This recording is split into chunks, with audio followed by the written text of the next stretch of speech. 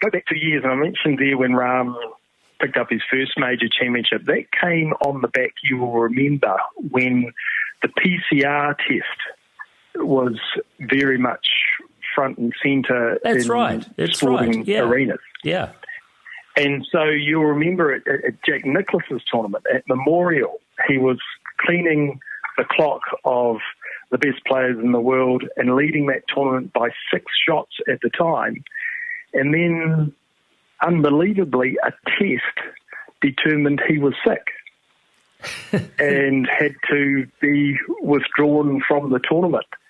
He was in isolation for 10 days despite having no symptoms, checked out of isolation on the Tuesday of the US Open at Torrey Pines, and went on to win the US Open.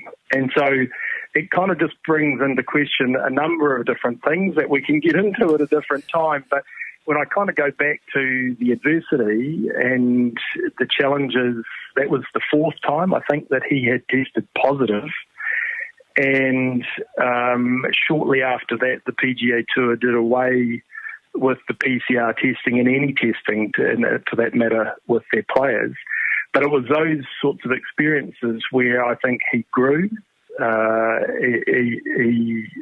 has, a Spanish flair, a short temper, but he kind of grew out of those sorts of experiences where there was no common sense, seemingly, to the test determining whether he was of ill health. Put that behind him, and now clearly is one of the best players in the game. And one of the leaders where I think his voice on a number of different things might be listened to a little bit more now that he's a 2-time major champion.